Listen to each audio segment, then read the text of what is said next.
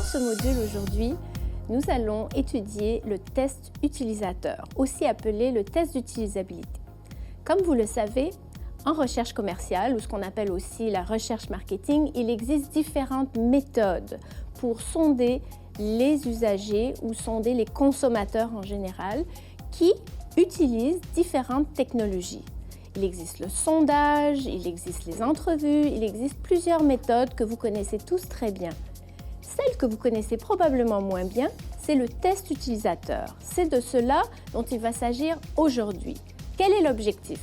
Donc l'objectif de la séance et de ce module est de vous expliquer quels sont les objectifs du test utilisateur. Dans le cadre de ce module, vous allez avoir plusieurs étapes. Vous allez avoir l'étape où on explique le test utilisateur, vous allez avoir l'étape où on réalise le test utilisateur et vous allez avoir l'étape où on analyse les données. Aussi, vous allez avoir 3 rôles qui vont vous être présentés. Vous allez avoir le rôle du modérateur ou du facilitateur du test d'utilisabilité, qui est celui qui indique, qui donne les instructions aux participants.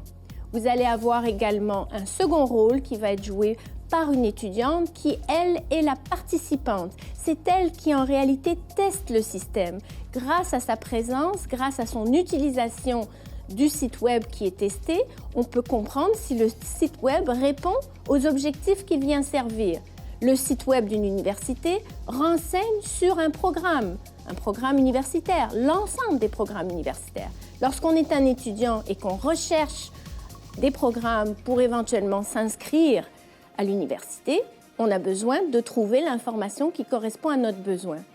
Vous allez avoir également un troisième rôle. Ce rôle va être joué par une autre de mes étudiantes qui s'appelle Laura. Laura va jouer l'analyste. Dans une entreprise réelle, le modérateur du test utilisateur et l'analyste sont des collègues. Leur rôle est d'ensemble analyser la situation qui est vécue lors de la navigation par l'utilisateur. Donc, l'analyste prend des notes durant l'observation et s'assure ainsi que lorsqu'on regarde à nouveau les enregistrements des tests utilisateurs, on va directement et rapidement au problème d'utilisabilité, soit les difficultés que l'utilisateur a rencontrées pendant sa navigation.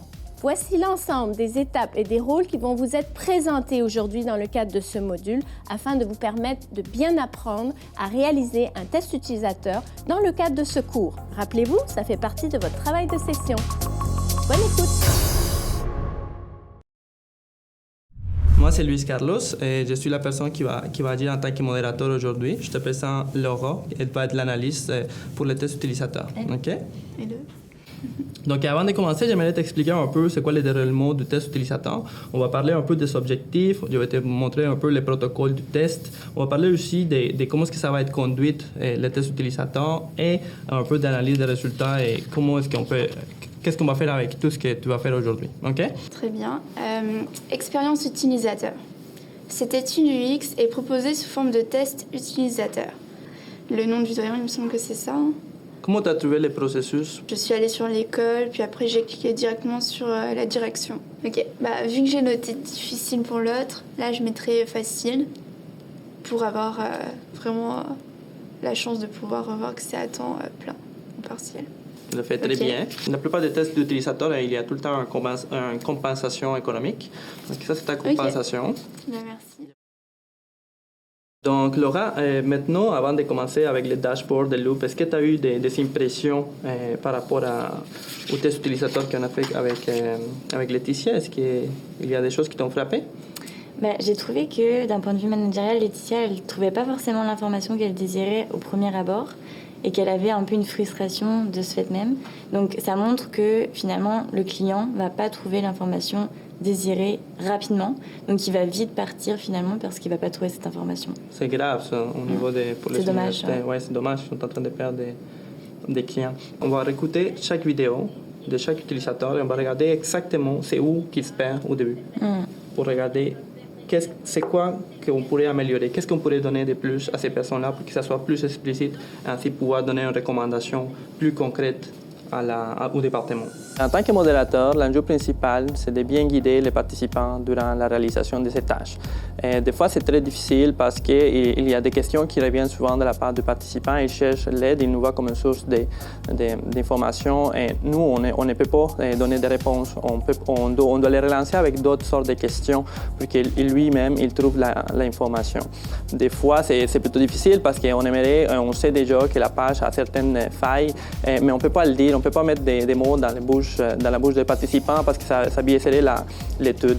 Donc, il faut faire très attention, il faut tout le temps rester objectif, essayer de faire parler les participants le plus possible et rester concentré. Dans le fond, c'est nous qui assurons le succès des tests des utilisateurs à la fin. Donc en fait, le rôle de l'analyste est vraiment intéressant, autant dans cette expérience-là, mais aussi dans une entreprise.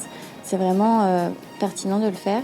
Là, avec Laetitia, on a pu le voir, elle a vraiment essayé de chercher l'information, mais elle n'a pas trouvé rapidement et facilement. Donc on peut toujours s'interroger du point de vue du test utilisateur dans une entreprise ou même au sein d'une école.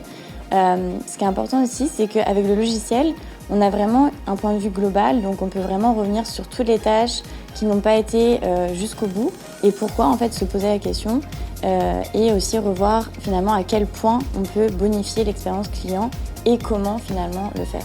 Alors en tant que participante, j'ai beaucoup apprécié de réaliser un test utilisateur pour la première fois. J'avais déjà réalisé des sondages, des focus group, etc. mais jamais un test utilisateur, donc c'était une nouvelle expérience pour moi, j'ai beaucoup apprécié cela. Puis aussi de pouvoir contribuer à l'université auquel j'appartiens, donc l'UQAM, et proposer donc mon aide de cette façon et apporter donc un projet concret comme cela. Je trouvais ça super intéressant, puis on voit qu'il y a des problèmes qui sont à régler. Donc, dans le cadre du cours de marketing en ligne aux consommateurs, j'ai pu mettre en pratique la côté théorique du test utilisateur. Puis, c'était très utile et très agréable de pouvoir vraiment l'utiliser. Puis, ça m'a permis de mieux le comprendre. Contrairement à un côté plus théorique dans d'autres cours, c'était agréable, utile et ça aidait à la compréhension. Faire un test utilisateur dans le cadre du cours m'a vraiment aidé à être prêt pour le marché du travail. Comme par exemple, dans mon emploi actuel, j'ai eu à faire des tests utilisateurs pour la nouvelle plateforme qu'on a lancée. Cela m'a permis de trouver tout ce qui clochait avec la plateforme et apporter les correctifs nécessaires pour faire en sorte que la plateforme soit vraiment le plus facile à utiliser possible pour les utilisateurs.